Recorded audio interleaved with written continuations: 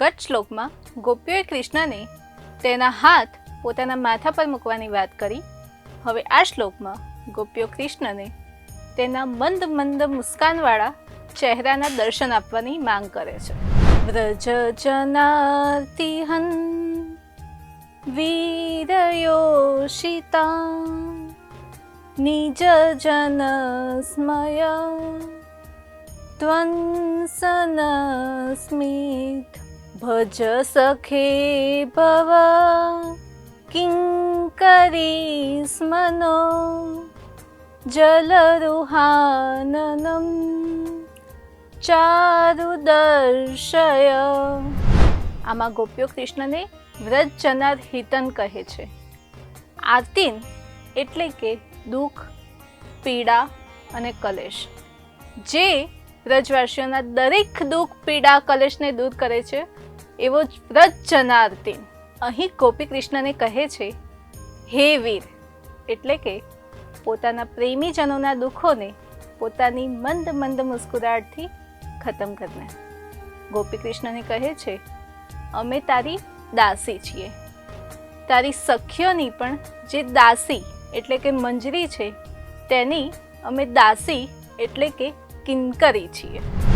અમે તારી ચરણાશ્રિત છીએ, એટલે અમને તારા ચરણોમાં આશ્રય આપ. હવે તમે આ વ્રજાંગનાઓ તારા મુખ કમલના દર્શન કરાવો. આના આગળના શ્લોકમાં જ્યારે ગોપીઓ કૃષ્ણને પોતાના માથા પર હાથ મૂકવાનું કહે છે ત્યારે તેને એક વચનનો ઉપયોગ કર્યો છે. એનો મતલબ કે ગોપીઓ કહે છે કે અમારા બધામાંથી કોઈ એકના માથા પર હાથ મૂક. હવે ગોપીઓને થાય છે કે જો કૃષ્ણ અમારી પ્રાર્થના સાંભળીને આવે અને અમારામાંથી કોઈ એકના માથા પર હાથ મૂકીને અંતર્ધ્યાન થઈ ગયા તો આ તો છલિયા છે. હવે ગોપી કૃષ્ણને કહે છે હે કૃષ્ણ, હવે તો અમને તારા મંદ મંદ મુસ્કાનવાળા મુખ કમળના દર્શન કરાવ. ગોપી ગીતમાં ગોપીઓ કૃષ્ણને વારંવાર કહે છે બ્રજવાસીઓના દુઃખ દૂર કરવાનું સામર્થ્ય માત્ર તારામાં છે, અને જો તું એમના દુઃખ દૂર કરી શકતા હોય તો અમારું આ વીરરૂપી દુઃખ તને દેખાતું નથી? જો તું એમના દુઃખ દૂર કરવાનું સામર્થ્ય રાખતો હોય તો અમારું પણ આ દુઃખ, આ પીડા દૂર કરવાનું સામર્થ્ય માત્ર તારામાં છે. ગોપીઓ કૃષ્ણને કહે છે આ જ કારણથી અમે તને વ્રજ જનાર હિતન કહીએ છીએ, અને જો તે અમારી દુઃખ દૂર ન કર્યું તો આ અમારી અંતિમ દશા છે. આના પછી અમારી મૃત્યુ થઈ જશે અને પછી તારું આ નામ પણ સિદ્ધ નહીં થાય. હવે જાણીએ ગોપીનો ગોપીભાવ. અહીં ગોપી કૃષ્ણને કહે છે હે વીર, એટલે કે જો કોઈ અપાત્ર હોય, જેની કોઈ સામર્થ્ય ન હોય લેવાની, છતાં પણ આપવાવાળો એટલો ઉદાર હોય કે અસામર્થ વ્યક્તિને પણ તે આપે, અને હે ઠાકુર, તે માત્ર તું જ છે. હવે ગોપીઓ કૃષ્ણ પર આરોપ લગાવે છે. તે કૃષ્ણને કહે છે જો તને એમ લાગતું હોય કે યમુના કાંઠે રાસ કરતા કરતા અમને અમારા સૌભાગ્યનું ગર્વ થયું તો તું તો અહંકાર નાશ કરનાર છે, તો અમારા આ અહંકારને દૂર કરવાની જવાબદારી શું તારી ન હતી? અમારો આ અહંકાર માત્ર તારી મંદ મંદ મુસ્કુરાહટ જોઈને જ દૂર થઈ જશે.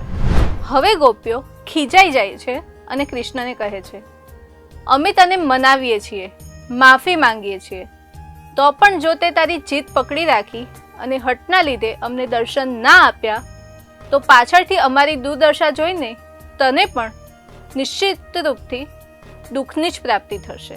કારણ કે કૃષ્ણ, અમે માત્ર તારી પ્રિયતમ જ થોડી છીએ, અમે તો તારી સખીઓ પણ છીએ, અને સખ્ય ભાવ હોય ત્યારે એકને જેટલી પીડા થાય એટલી જ પીડા બીજાને પણ થાય. ગોપીઓ કહે છે તો તું અમારી બીમારીને જાણ અને અમને ઔષધિ આપ. બીમારી શું છે? આ બીમારી વિરહ છે, ગોપીઓને થતો કૃષ્ણનો વિરહ, અને તેની ઔષધિ છે કૃષ્ણની મંદ મંદ મુસ્કાન. હવે ગોપીઓ ખીજાઈ જાય છે અને કૃષ્ણને કહે છે કે માત્ર તારા ગ્વાર બાળ જ તારા સખા છે, અમે તારી સખ્યો નથી, અમે તને પ્રિય નથી, એટલે જ તું અમને છોડીને જતો રહ્યો છે, અને હવે જા, અમારે પણ તને નથી મળવું. અમે નક્કી કરી લીધું છે અમારા પ્રાણ ત્યાગવાનું, જો તે તારા મુખ કમળના અમને દર્શન ન કરાવ્યા. આ શ્લોકમાં ગોપીઓ કૃષ્ણને તેના મુખ કમળના દર્શન કરાવવાની માંગ કરે છે. હવે ગોપીઓના બીજા ભાવની વાત કરીશું આવતા શ્લોકમાં.